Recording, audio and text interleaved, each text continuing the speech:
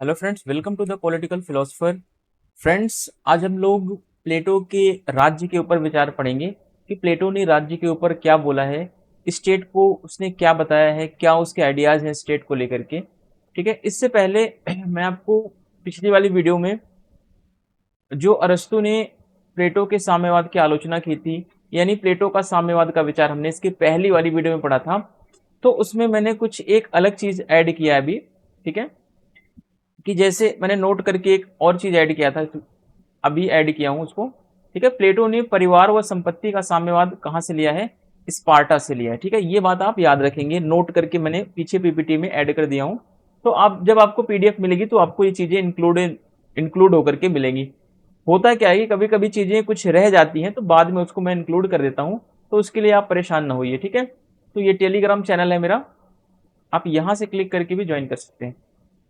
तो आज का जो हमारा टॉपिक होगा वो प्लेटो का आदर्श राज्य के ऊपर होगा।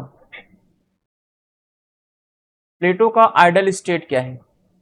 ठीक है, प्लेटो के आइडल स्टेट के ऊपर हम चीजों को देखेंगे, स्टडी करेंगे, और क्या क्या चीजें इसमें हमें पढ़नी है वो सारी चीजों के ऊपर हम यहाँ पे आज चर्चा करने वाले हैं। फर्स्ट पॉइंट देखते हैं, प्लेटो का आदर्श राज्य। देखिए, जब प्लेटो ने आदर्श राज्य का विचार दिया तो हमें सबसे पहले ये समझना है कि प्लेटो ने आदर्श राज्य का विचार क्यों दिया, है ना। उसके मन में क्या भावनाएं चल रही थी, क्या उसके मन में मेंटेलिटी थी, क्या उसकी मानसिकता थी, इन सब चीजों को ध्यान में रखते हुए प्लेटो जो है आदर्श राज्य का विचार देता है। ठीक है, कोई भी थिंकर कोई विचार क्यों देगा, तो अपनी सिचुएशन से, अपनी परिस्थितियों से जरूर प्रभावित होता है। इसीलिए प्लेटो के समय में कहा जाता है कि यूनान में जो राजनीतिक अराजकता व्याप्त हो गई थी, या फिर वहां की राजनीति जो थी वो बिल्कुल किसी के वश में नहीं थी, वहां पे बिल्कुल बिखर चुका था हर चीज, है ना। तो प्लेटो के समय में यूनान की राजनीति, यूनान में राजनीतिक अराजकता व्याप्त थी। उसी की प्रतिक्रिया के स्वरूप प्लेटो ने अपनी पुस्तक रिपब्लिक में आदर्श राज्य की व्याख्या की है। ठीक है, तो आपके सामने एक क्वेश्चन उठ के और आता है कि प्लेटो ने आदर्श राज्य की व्याख्या किस पुस्तक में दी है? तो आदर्श राज्य की बात जो है वो रिपब्लिक में करता है। प्लेटो न्याय की बात किस पुस्तक में करता है? प्लेटो न्याय की स्थापना के लिए रिपब्लिक बुक में बोलता है। प्लेटो साम्यवाद की बात किस बुक में करता है? रिपब्लिक में करता है। ठीक है, प्लेटो शिक्षा की बात किस बुक में करता है? प्लेटो जो है शिक्षा की बात रिपब्लिक में करता है। यानी बहुत सारी चीजों का समावेश जो है वो एक पुस्तक रिपब्लिक में वो कर देता है। ठीक है, तो अब आपको क्या समझना है कि जब प्लेटो पैदा हुआ यूनान में, तो यूनान में क्या थी उस समय? बहुत ज्यादा अराजकता व्याप्त थी, यानी कि कुछ कोई भी चीज सिस्टमेटिक तरीके से नहीं चल रहा था। यहां तक कि प्लेटो के गुरु सुकरात को यूनान में विष का प्याला दे दिया जाता है, उसको मार दिया जाता है ना। वहां पे लोकतांत्रिक प्रक्रिया थी। तो उस वहां की राजनीतिक व्यवस्था को देख करके प्लेटो के मन में एक विचार आया कि क्यों ना हम एक ऐसे आदर्श राज्य का निर्माण करने के बारे में सोचे, या फिर एक ऐसे आइडल स्टेट को बनाने की कोशिश करें जिसमें एक ऐसा राजा होगा, एक ऐसा दार्शनिक राजा हो जिसमें बुद्ध, विवेक, है ना, ये सारी चीजें क्या हो उसके अंदर समाहित हो, नैतिकता का भाव हो इसके अंदर, जिससे कि वो अच्छे तरीके से शासन को संचालित कर सके। तो ये सारी चीजें प्लेटो के अंदर चल रही थी। In Plato's time there was political anarchy in Greece. In response to this, Plato has explained the ideal state in his book Republic. ठीक है, प्लेटो ने आइडल स्टेट के बारे में कौन सी बुक में एक्सप्लेन किया है? तो रिपब्लिक में किया है। तो ये सारे छोटे छोटे क्वेश्चन बन के आपके सामने आते हैं एग्जाम में, उन सब चीजों का आप ध्यान रखेंगे।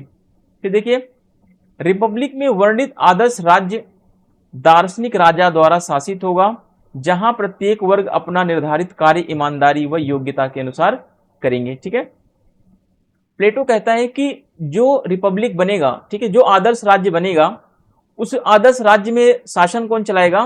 तो प्लेटो कहता है उस आदर्श राज्य में शासन चलाने का काम दार्शनिक राजा करेगा या फिलोसोफर किंग करेगा। ठीक है, फिलोसोफर किंग के द्वारा क्या होगा? रूल किया जाएगा, शासन किया जाएगा। और उस राज्य की एक खास विशेषता होगी कि वहां पर क्या होगा? प्रत्येक वर्ग, ठीक है, कितने वर्ग थे वहां पे? 3 वर्ग, यानी उत्पादक वर्ग, सैनिक वर्ग और शासक वर्ग। तीनों वर्ग क्या करेंगे? जो उनको कार्य सौंपा गया है वो कार्य वो अपनी ईमानदारी से और अपनी योग्यता के अनुसार कार्य करेंगे, तभी प्लेटो कहता है राज्य सही तरीके से चलेगा और राज्य में तभी न्याय की स्थापना हो पाएगी। ठीक है, तो ये सारी चीजों को आप ध्यान में रखेंगे। The ideal state described in republic will be ruled by a philosopher king where every class will perform its assigned work honestly and with ability। ठीक है, यानी कि जो दार्शनिक राजा के द्वारा आदर्श राज्य चलाया जाएगा, प्लेटो कहता है, उसमें सभी वर्ग जो हैं अपनी योग्यता के अनुसार कार्य करेंगे और जितनी उनकी कार्यशैली होगी या जितना उनको कार्य डिवाइड किया गया है उस कार्य के अकॉर्डिंग वो अपना योगदान देंगे। ठीक है, चलिए अब देखिए, न्याय आदर्श राज्य की आधारशिला होगा। ठीक है, प्लेटो देखो, प्लेटो का मेन उद्देश्य क्या है? न्याय की स्थापना करना। अब देखो, प्लेटो कहता है कि आदर्श राज्य की आधारशिला क्या होगी? न्याय होगा, है ना। प्लेटो कहता है ये न्याय की स्थापना कैसी होगी? प्लेटो कहता है न्याय की स्थापना करने के लिए हमें क्या करना पड़ेगा? कार्य विभाजन करना पड़ेगा। ठीक है, हर वर्ग अपना जब ईमानदारी से कार्य करेंगे तो प्लेटो कहता है कि तभी जो है न्याय की स्थापना हो सकती है। यानी प्लेटो का न्याय कार्य विशेषीकरण के सिद्धांत पर आधारित है। यानी जिस वर्ग के अंदर जो क्वालिटी है वो वर्ग वही अपनी क्वालिटी के अनुसार कार्य करेगा, तभी प्लेटो कह रहा है न्याय की स्थापना हो पाएगी। चलिए आगे देखते हैं। अब प्लेटो कहते हैं न्याय कैसे प्राप्त होगा? तो प्लेटो देखिए, अब यहां पे प्लेटो ने बताया कि न्याय क्या होगा? आदर्श राज्य की आधारशिला होगी। ठीक है, आदर्श राज्य का क्या होगा? आधारशिला होगा न्याय। तो अब हमारे सामने क्वेश्चन उठता है कि सर न्याय की प्राप्ति कैसी होगी? अब न्याय प्राप्ति के प्लेटो क्या करता है? दो साधन बता देता है। प्लेटो कहता है दो तरीकों से न्याय की प्राप्ति हो सकती है। कैसे? एक तो शिक्षा के द्वारा, दूसरा साम्यवाद के द्वारा। ठीक है, साम्यवाद का विचार उसने इसलिए दिया क्योंकि वहां के लोग, है ना, विपरीत वातावरण में फंस जाएंगे। अगर विपरीत वातावरण में अगर फंस गए, विपरीत वातावरण का मतलब है कि वो माया मोह में फंस जाएंगे। किसके माया मोह में? संपत्ति के, परिवार के, है ना। यही क्या है प्लेटो के अकॉर्डिंग? विपरीत वातावरण। तो इस विपरीत वातावरण से निकलने के लिए उसने एक विचार दिया, क्या? साम्यवाद। ठीक है, अब क्वेश्चन आता है कि साम्यवाद का विचार क्यों दिया उसने? साम्यवाद का विचार उसने इसलिए दिया, एक तो सद्गुणों को बनाए रखने के लिए, दूसरी बात विपरीत वातावरण से अभिभावक वर्ग को निकलने के लिए, तीसरा जब वे विपरीत वातावरण से निकल जाएंगे तब वे अपना कार्य सही तरीके से कर पाएंगे। ठीक है, जब वे अपना कार्य करेंगे इसका मतलब है कि जो उनको कार्य दिया गया है वे वही कार्य कर रहे हैं। तभी प्लेटो कहता है कि हर वर्ग अपना निर्धारित कार्य जब तक नहीं करेगा तब तक न्याय की स्थापना नहीं हो सकती। तो प्लेटो कह रहा है कि जितने प्रत्येक वर्ग हैं, तीनों वर्ग हैं, ठीक है, तीनों वर्ग अपना निर्धारित कार्य करेंगे तभी राज्य में न्याय की स्थापना हो पाएगी। ठीक है, तो प्लेटो ने बताया कि न्याय दो तरीके से न्याय की प्राप्ति दो तरीके से हो सकती है। एक तो शिक्षा के माध्यम से। शिक्षा के माध्यम से क्या होगा? पहला पॉइंट, यह न्याय यह सद्गुण प्राप्ति का एक सकारात्मक और आध्यात्मिक साधन है। ठीक है, पहला पॉइंट आपको याद रखना है। फिर दूसरा कह रहा है शिक्षा के द्वारा हमारी क्या होती है? भीतरी आंखें खुल जाती हैं। ठीक है, शिक्षा के द्वारा जब हमें ज्ञान की प्राप्ति होती है तो हम सत्य और असत्य में पता लगा लेते हैं, कौन सी दुनिया भौतिक है, कौन सी दुनिया आध्यात्मिक है ना। वो सब चीजों का जब हमें ज्ञान हो जाता है तो इसका मतलब हमारी जो इनर आईज होती हैं, जो हमारी आंतरिक आंखें हैं, वो क्या हो जाती हैं? खुल जाती हैं। आंतरिक आंखों का खुलने का मतलब है कि हमें ज्ञान की प्राप्ति हो जाती है, सद्गुण की प्राप्ति हो जाती है, हम सही और गलत में फर्क करने लग जाते हैं। ठीक है, फिर प्लेटो कहता है कि शिक्षा क्या है? मानसिक रोग का मानसिक इलाज है। ठीक है, तो प्लेटो कह रहा है अगर न्याय की स्थापना करना है, अगर न्याय हमें प्राप्त करना है तो शिक्षा उसके लिए बहुत जरूरी है। ठीक है, प्लेटो कह रहा है शिक्षा के माध्यम से ही वर्गों का निर्धारण भी कर सकते हैं, है ना। प्लेटो ने बोला कि शिक्षा के जो प्रथम चरण में फेल होगा वो उत्पादन में लग जाएगा, जो दूसरे चरण में फेल होगा वो सेना में लग जाएगा, जो सारे चरणों में पास होगा वो दार्शनिक वर्ग में चला जाएगा, वो राजा बनेगा, है ना। तो शिक्षा के माध्यम से उसने एक तो बताया कि कैसे क्लास का डिवीजन होगा, कैसे वर्गों का निर्धारण होगा। ठीक है, तो जब उसने वर्गों का निर्धारण कर दिया तो उसने बताया कि इस वर्ग में ये गुण पाए जाएंगे। राजा में क्या पाया जाएगा? विवेक पाया जाएगा, और सैनिक में क्या पाया जाएगा? साहस पाया जाएगा, और उत्पादक वर्ग में क्या पाया जाएगा? क्षुधा या तृष्णा या भूख पाई जाएगी। ठीक है, तो उसने हर वर्ग की क्वालिटी भी डिसाइड कर दी तो फिर उसने बोला प्लेटो ने कि जिस वर्ग की जो क्वालिटी है अब वो उसी के अकॉर्डिंग काम करेगा, एक दूसरे के काम में इंटरफेयर नहीं करेंगे। ठीक है, अब यहां पे दूसरी तरफ देखिए साम्यवाद का विचार उसने दे दिया कि साम्यवाद के द्वारा हम न्याय की स्थापना करेंगे। अब साम्यवाद के द्वारा कैसे न्याय की स्थापना होगी, अब ये चीजें समझ लेते हैं हम। ठीक है, प्लेटो कहता है साम्यवाद के द्वारा हम न्याय की स्थापना करेंगे। अब देखते हैं कैसे। एक तो प्लेटो ने बताया साम्यवाद के द्वारा हम विपरीत वातावरण से निकल सकते हैं, विपरीत वातावरण से निकल सकते हैं। विपरीत वातावरण का क्या मतलब होता है, विपरीत वातावरण का मतलब है संपत्ति और परिवार, संपत्ति और परिवार का मोह जो है। ठीक है, इसके जाल से हम निकल सकते हैं। अगर हम इसके जाल में फंसे रहेंगे तो कहीं ना कहीं जो हमें कार्य दिया गया है, तीनों वर्गों के जो कार्य हैं, ठीक है, वो नहीं हो पाएंगे सही तरीके से। बेसिकली अगर साम्यवाद की बात करें तो साम्यवाद का विचार केवल दो वर्गों पर लागू होता है, ध्यान रखना ये बात, आप बार बार मैं बता रहा हूं, दो वर्गों पर लागू होगा। दो वर्ग कौन कौन से, शासक वर्ग और सैनिक वर्ग। इन्हीं शासक और सैनिक को संयुक्त रूप से एक नाम दिया गया है, अभिभावक या गार्जियन। ठीक है, तो साम्यवाद का विचार क्या है, अभिभावकों के लिए है, साम्यवाद का विचार सैनिकों के लिए है, साम्यवाद का विचार जो है शासकों के लिए है। तो ये सारी चीजें आप ध्यान रखना। ठीक है, तो प्लेटो कहता है कि हमें न्याय की स्थापना करना है तो हमें साम्यवाद को भी हमें अचीव करना पड़ेगा। ठीक है, साम्यवाद के द्वारा एक तो हम विपरीत वातावरण से निकल सकते हैं।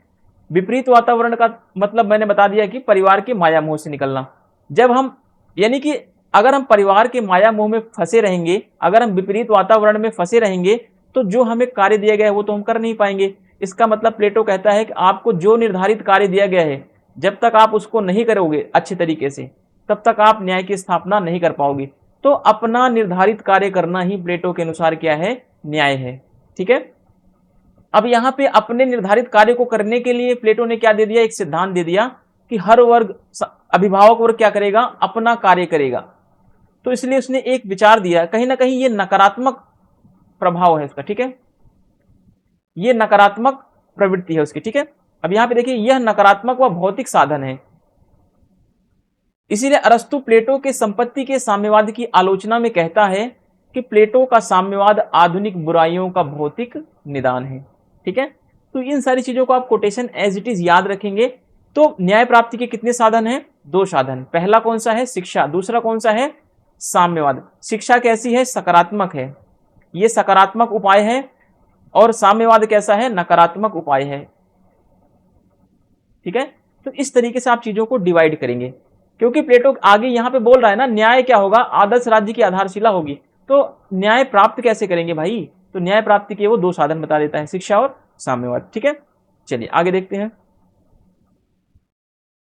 अगर मैं थोड़ा फास्ट पढ़ा रहा हूं तो आप लोग प्लीज कमेंट में बताएं कि फास्ट पढ़ा रहे हो सर, थोड़ा सा स्लो करके पढ़ाओ, क्योंकि मुझे थोड़ा बोलने की ना, मतलब फास्ट ही पढ़ाता हूँ, मेरी आदत है। क्योंकि एक्चुअली होता क्या है ना, कोचिंग क्लासेस में टारगेट होता है कि आपको सर 50 क्लासेस में या 60 क्लासेस में पूरी आपको 3 यूनिट पढ़ाना है, 2 यूनिट पढ़ाना है ना, तो उसमें होता है जल्दी जल्दी पढ़ा के खत्म करना होता है। तो वहां पढ़ाते पढ़ाते कोचिंग में है ना, कॉलेज में आदत पड़ जाती है, तो यहाँ पे फिर वही आदत हमेशा रिपीटेशन होती रहती है बार बार। चलिए देखते हैं प्लेटो का जो राज्य पर विचार है। प्लेटो ने राज्य के बारे में क्या बोला, राज्य एक ऐसी संस्था है, Plato's view on the state. ठीक है, अब पहला पॉइंट देखेंगे, प्लेटो का राज्य सावयवी राज्य या ऑर्गेनिक स्टेट है। सावयवी का मतलब क्या होता है, इसी सावयवी को एक बोलते हैं, जैविक भी बोल सकते हैं इसको। ठीक है, जैविक का मतलब होता है वह राज्य जिसमें क्या होता है, जीवन होता है। ठीक है, ऑर्गेनिक का मतलब क्या होता है, जो प्रॉपर ऑर्गेनिक है, जो प्रॉपर जीव जंतुओं के अवशेषों से या इस तरीके से चीजों से मिलाकर बनाया गया है। ठीक है, यानी अगर हम बात करें, प्लेटो कहता है जैसे मनुष्य के शरीर में अलग अलग अंग होते हैं, अलग अलग अंगों के निर्माण से एक शरीर का निर्माण होता है, प्लेटो कहता है वैसे ही व्यक्तियों के, ठीक है, अलग अलग व्यक्तियों के अलग अलग वर्गों के जुड़ने से एक राज्य का निर्माण होता है। ठीक है, तो कहने का मतलब है उसका राज्य कैसा है, सावयवी राज्य है उसका, जैविक राज्य है उसका। ठीक है, ऑर्गेनिक स्टेट है, plateaus state and organic state. देखिए प्लेटो की बात मैं नहीं कर रहा हूं, जितने भी आदर्शवादी विचारक होंगे, ये बात ध्यान रखना। ठीक है, खास करके यूनानी आदर्शवादी विचारकों का मानना है कि राज्य क्या है, राज्य एक जैविक संस्था है। ठीक है, चाहे आप प्लेटो को ले लीजिए, चाहे आप अरस्तु को ले लीजिए, चाहे आप मैकियावेली को ले लीजिए। ठीक है, मैकियावेली ने तो यहां तक कहा राज्य क्या है, ईश्वर का, है ना, धरती पर क्या है, ईश्वर का अवतार है। तो कहीं ना कहीं राज्य की उतनी प्रभुता बना दी, है ना। जितने भी आदर्शवादी विचारक हैं वो राज्य पर ज्यादा बल देते हैं, व्यक्ति पर नहीं। ये बात ध्यान रखना, आदर्शवादी विचारकों की मान्यता है कि राज्य ज्यादा महत्वपूर्ण है, ना कि व्यक्ति। और वहीं दूसरी तरफ अगर हम उदारवाद की बात करें, उदारवादी राज्य को क्या मानेंगे, राज्य एक यांत्रिक संस्था है, राज्य एक मशीन है ना, राज्य को व्यक्तियों ने बनाया है, इसीलिए व्यक्ति ज्यादा महत्वपूर्ण है, ना कि राज्य। अब यहाँ पे उदारवाद और आदर्शवाद दोनों क्या है, एकदम बिल्कुल विपरीत विचारधाराएं हो जाती हैं। ठीक है, वो हमने उदारवाद में चीजों को देख लिया था, तो यहाँ पे हमें वो चीजें डिस्कस करने की जरूरत नहीं है, बस थोड़ा सा आपको चीजें यहाँ पे क्लियर कराने की जरूरत थी। ठीक है, प्लेटो का राज्य कैसा है, साविवी राज्य है या ऑर्गेनिक स्टेट है। ठीक है, चलिए अगला पॉइंट देखते हैं, अर्थात एक प्राकृतिक या स्वाभाविक व नैतिक संस्था है प्लेटो का राज्य। प्लेटो का राज्य कैसा है, एक प्राकृतिक संस्था है, एक स्वाभाविक और एक नैतिक संस्था भी इसका राज्य है। ठीक है, that is the state is a natural, instinctive and moral institutions. चलिए अब देखिए, अब यहां पे एक शब्द लिखा हुआ है यांत्रिक राज्य। यांत्रिक राज्य का मतलब है राज्य क्या है, एक यंत्र है, एक मैकेनिज्म है। ठीक है, यंत्र कौन बनाता है, मनुष्य बनाता है यंत्र, है ना। यानी जो भी यह मानता है कि राज्य यांत्रिक संस्था है, वह कैसे विचारक होते हैं, उदारवादी होते हैं, स्वेच्छा तंत्रवादी होते हैं। ठीक है, ये कॉमन चीजें हैं, ये सब कॉन्सेप्ट अगर आपने एक बार सीख लिया तो क्या प्लेटो, क्या हॉब्स, क्या लॉक, के रूसो, ठीक है, सारी चीजें आपको रटनी नहीं पड़ेगी अलग अलग चीजों से। उदारवाद की एक मान्यता जो उदारवादी हॉब्स ने बोल दिया, उसी बात को लॉक भी बोलेगा, उसी बात को सारे जितने जितने भी उदारवादी विचारक होंगे, ठीक है, वही बात को बोलेंगे। अगर वो बात नहीं मानते हैं उदारवाद की, तो कहीं ना कहीं वो फिर दूसरी कैटेगरी में चले जाएंगे। ये बात आप ध्यान रखना, है ना। जैसे कि आप एग्जाम्पल के लिए सोचो कि मार्क्स ने जो बातें बोल दी, वही जितने मार्क्स के फॉलोअर होंगे सभी वही बातें बोलेंगे, तो जितने फॉलोअर हैं वो क्या कहलाएंगे, मार्क्सवादी कहलाएंगे। और जो भी मार्क्स का विरोध कर देगा वो उसकी कैटेगरी अलग हो जाएगी तुरंत। ठीक है, तो इस तरीके से चीजों को आप अच्छे से समझेंगे तो आपके लिए चीजें बेहतर वे में जाएंगी। ये बात आप ध्यान रखना। अब देखिए यहाँ पे राज्य, यांत्रिक राज्य के विपरीत इसका निर्माण नहीं हुआ, बल्कि क्या हुआ है, इसका विकास हुआ है। ठीक है, जैसे मनुष्य का क्या होता है, धीरे धीरे विकास होता है, वैसे ही प्लेटो ने बताया कि राज्य का निर्माण नहीं हुआ है, बल्कि इसका विकास हुआ है, इसका डेवलपमेंट हुआ है। ठीक है, अनलाइक द मैकेनिकल स्टेट,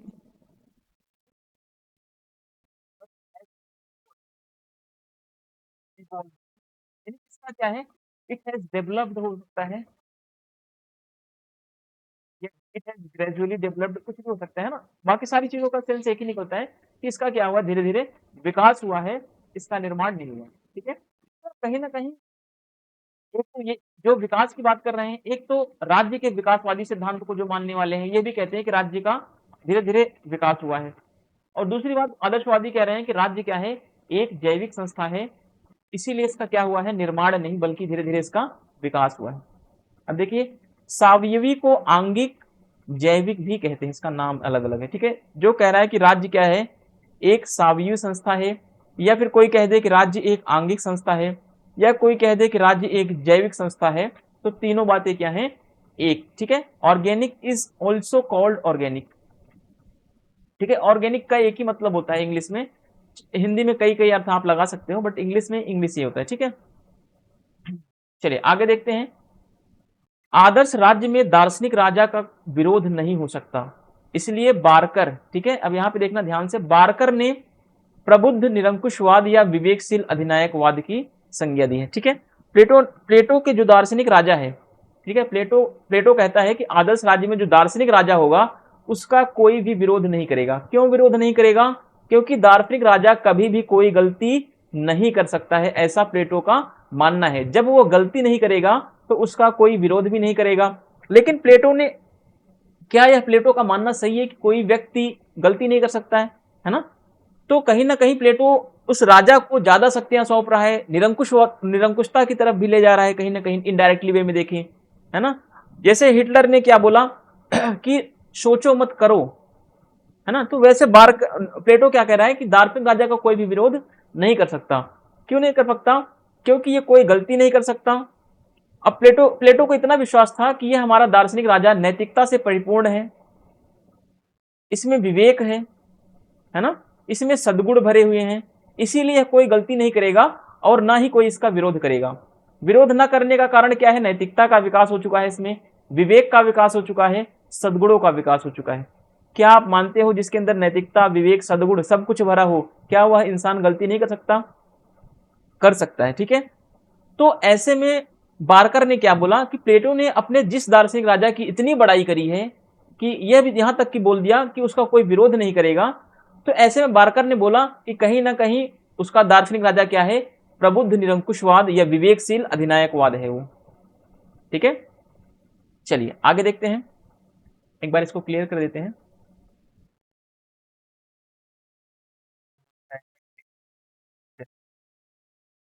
अब देखिए, in an ideal state there can be no opposition to the philosopher king, so Barker calls it enlightened despotism और prudent dictatorship, ठीक है। तो बारकर ने बोला कि जो प्लेटो का आदर्श राजा है या फिलोसोफर किंग है, वो क्या है? एक इनलाइटेंडेड डेस्पोटिज्म की तरफ आगे बढ़ रहा है, वो एक विवेकशील अधिनायकवाद की तरफ आगे बढ़ रहा है, ठीक है। इन सब चीजों का आप ध्यान रखेंगे कि किसने, कभी कभी ऐसे क्वेश्चन पूछता है मैचिंग के लिए कि मैच करो प्रबुद्ध अधिनायकवाद, किससे मैचिंग करोगे? तो बारकर से, है ना। या फिर कभी क्वेश्चन आ जाता है कि प्लेटो के दार्शनिक राजा को प्रबुद्ध अधिनायकवाद की संज्ञा किसने दी है ना, या फिर विवेकशील अधिनायकवाद की संज्ञा किसने दी है? तो आपको बारकर करना है, ठीक है। अब यहाँ पे बारकर पढ़ने के साथ साथ आपके लिए एक जरूरी चीज और हो जाती है कि बारकर की बुक भी याद रखें, ठीक है। मैं बुक की लिस्ट आपको प्रोवाइड करा दूंगा, आपको ज्यादा भटकने की जरूरत नहीं है, सारी चीजें आपको एक वे में मिल जाएंगी। चलिए आगे देखते हैं। प्लेटो के आदर्श राज्य में विधि और दंड का कोई स्थान प्राप्त नहीं है, ठीक है। प्लेटो का जो आदर्श राज्य होगा उसमें न तो दंड की कोई व्यवस्था की गई है और ना ही कानून की कोई व्यवस्था की गई, ठीक है। इस बात को आप ध्यान रखेंगे।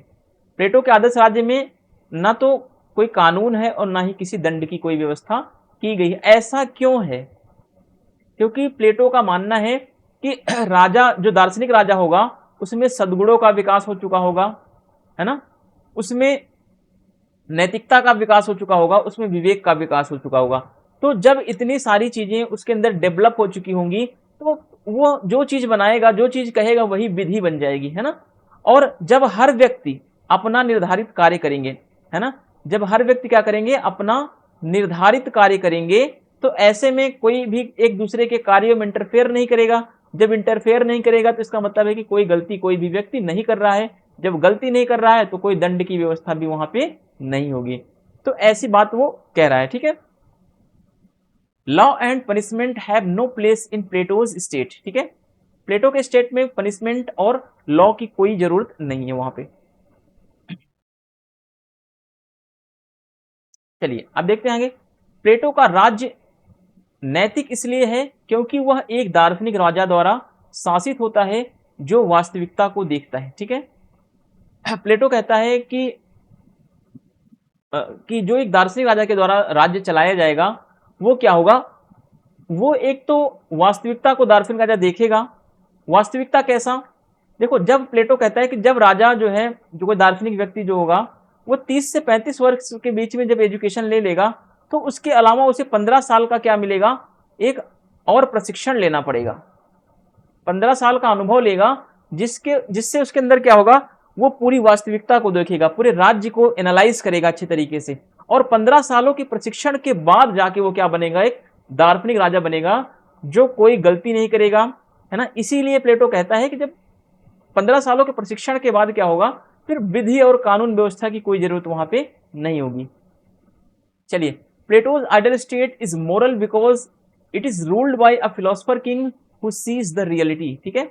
इन 15 सालों में क्या करता है फिलोसोफर किंग? सारी रियलिटी को देख लेता है कि राज्य का स्वरूप कैसा होना चाहिए, राज्य में कैसी व्यवस्थाएं चल रही हैं, है ना। बाकी सारी चीजों का वो एनालाइज करता है अपने इस 15 सालों के अनुभवों में।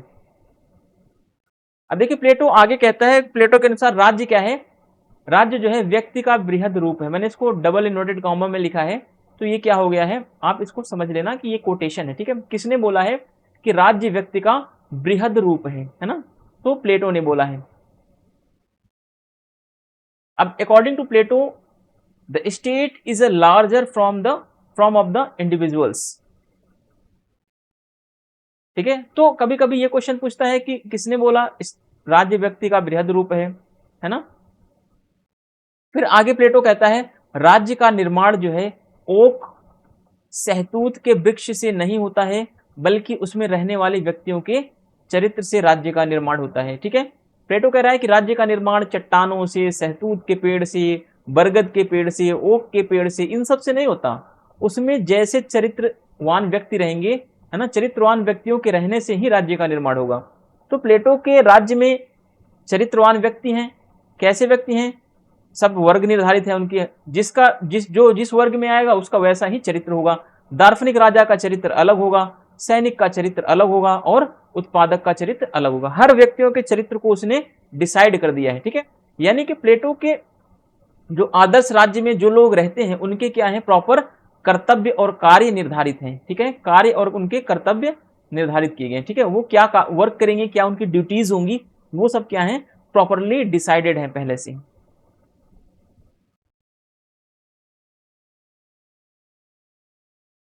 चलिए 26 मिनट का वीडियो हो चुका है। अब ये देखते हैं प्लेटो के आदर्श राज्य की क्या क्या फीचर्स हैं, क्या क्या इसकी विशेषताएं हैं। विशेषताओं को पढ़ के हम यहाँ पे खत्म करेंगे। फिर हमारा लास्ट बचेगा प्लेटो से या प्लेटो का दार्शनिक राजा, या फिर कुछ और जो भी बचेगा एक्स्ट्रा चीजें मैं उसमें ऐड कर दूंगा, ठीक है।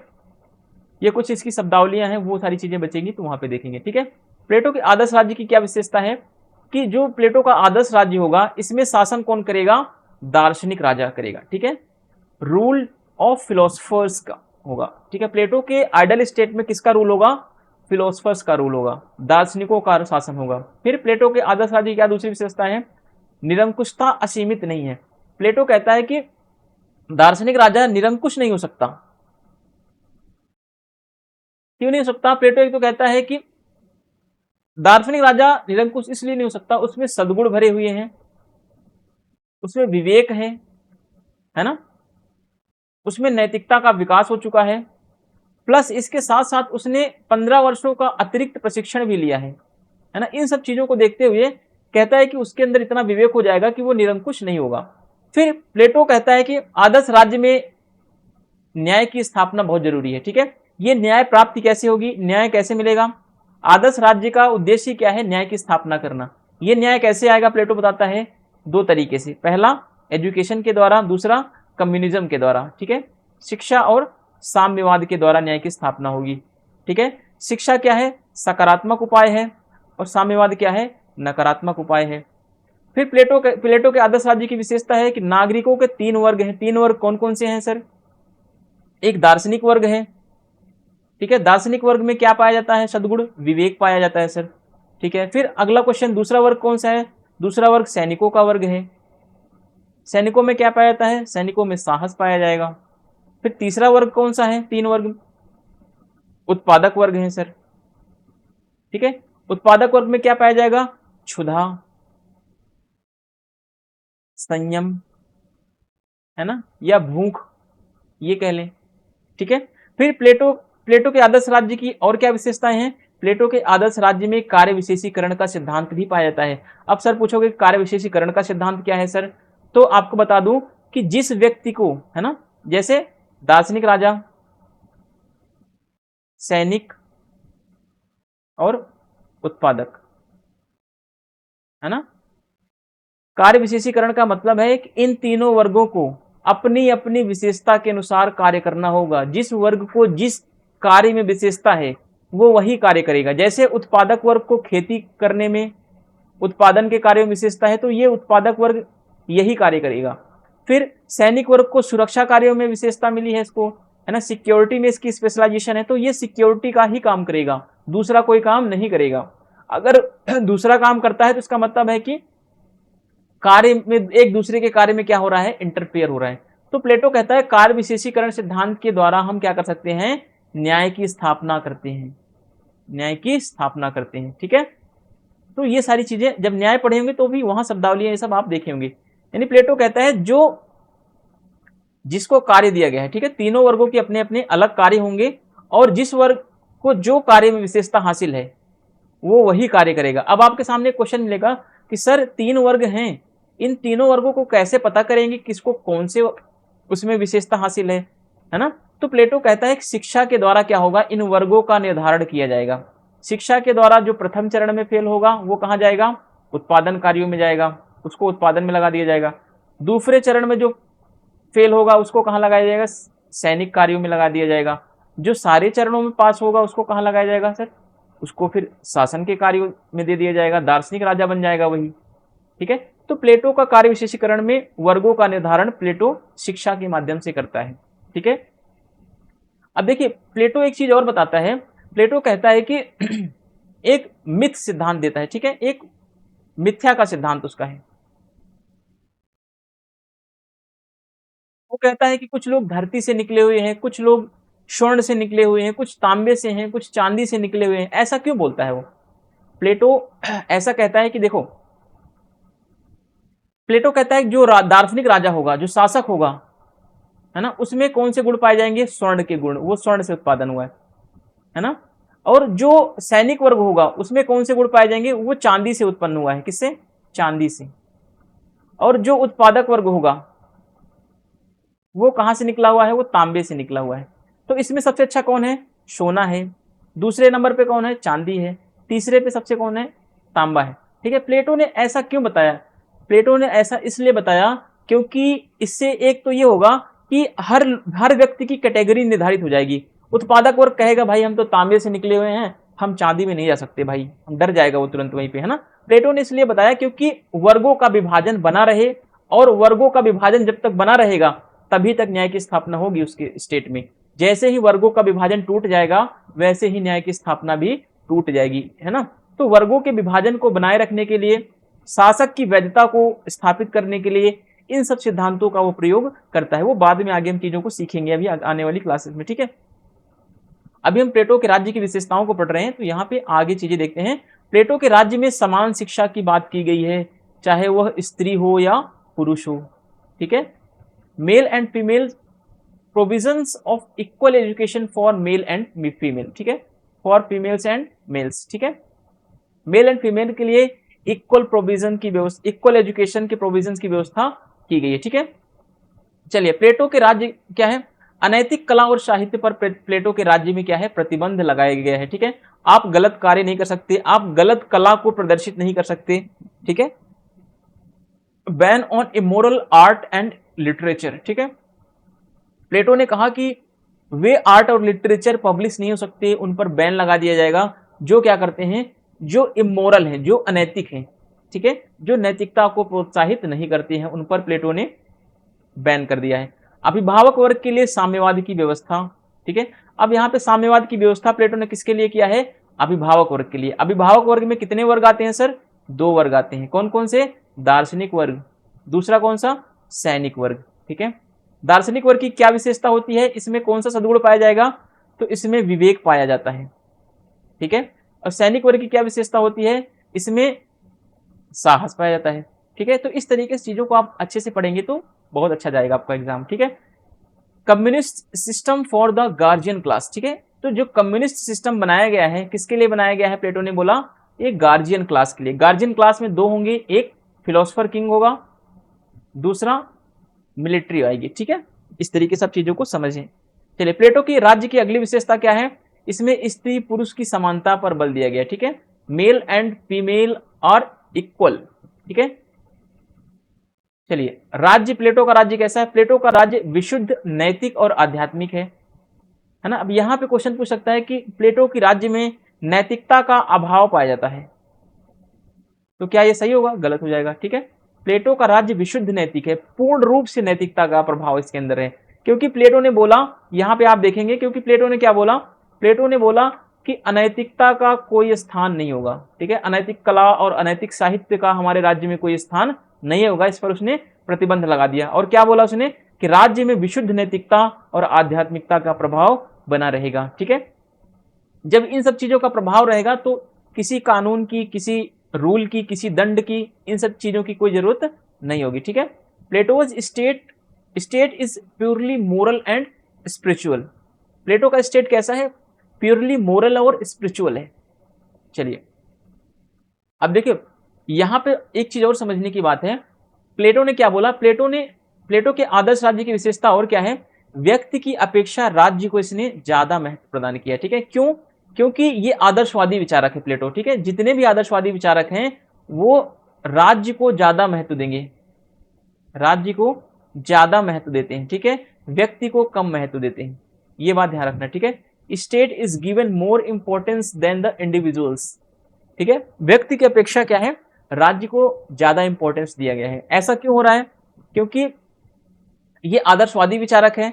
आदर्शवादी जितने विचारक होते हैं, मैक्सिमम की बात कर रहा हूं मैं। ठीक है, मैक्सिमम विचारक क्या बोलते हैं? आदर्शवादी कहते हैं राज्य क्या है? एक आंगिक संस्था है, एक जैविक संस्था है, एक सावयविक संस्था है। ठीक है, हिंदी में जो भी होगा आपने देख लेना। ठीक है, तो मतलब कहने का मतलब है राज्य क्या है? एक जीवित संस्था है। कहने का मतलब इनका है राज्य में क्या है? जीवन पाया जाता है ना। तो इन्होंने क्या किया है? प्लेटो ने व्यक्ति को कम महत्व दिया है और राज्य को ज्यादा महत्व दिया है। ठीक है, तो इस तरीके से आपका ये प्लेटो का राज्य का सिद्धांत क्या होता है, यहीं पे समाप्त होता है। और मिलते हैं हम नेक्स्ट वीडियो में।